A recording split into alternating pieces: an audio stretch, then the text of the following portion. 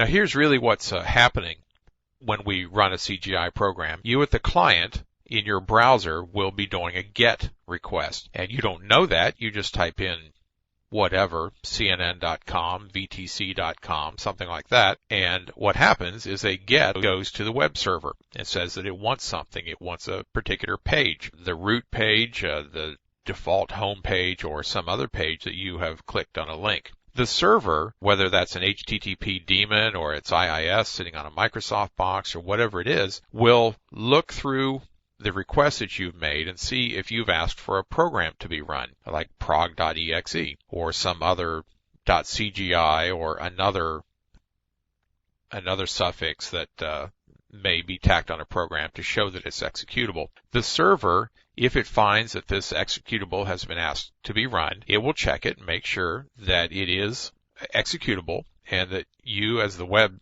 client or the web server itself has the level of authorization needed to run this program. If you do, the program will be executed. It will get its information in through standard in and or environment variables, and that's the information that came from the client. What we're looking for and the kind of things as search engine queries or name and address on a form, whatever we've typed in, will be given to this little program which is running inside the server's space. The program then uses HTTP, the Hypertext Transfer Protocol, to answer and give this information back to the client. All we know as a CGI program is that we are reading from standard in and we are writing to standard out. Just like the people were sitting at the command line running the program. We don't see anything different. We respond to the client. The client then, the browser, figures out what to do with the information that we send back.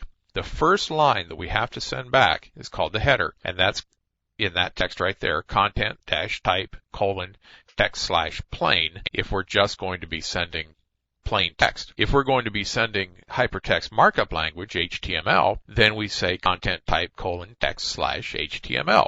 We will, of course, use both. We'll look at both. There are another set of content types which relate to being MIME types, and those are like GIFs and JPEGs and video and Word documents and all kinds of other things that can get sent back and forth.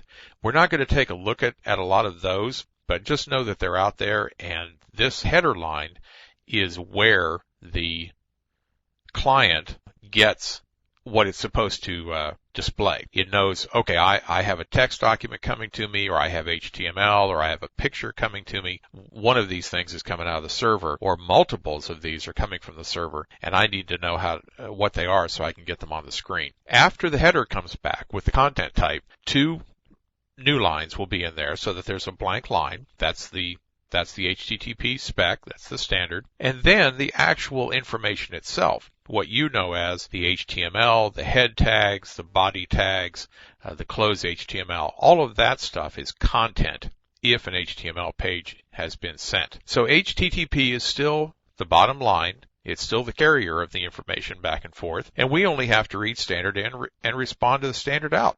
I mean, how simple is that? So let's go on to our next video, and very shortly here we're going to write some code and interact with the internet. First, we have to figure out how to get our server working so that it will understand to run our CGI program.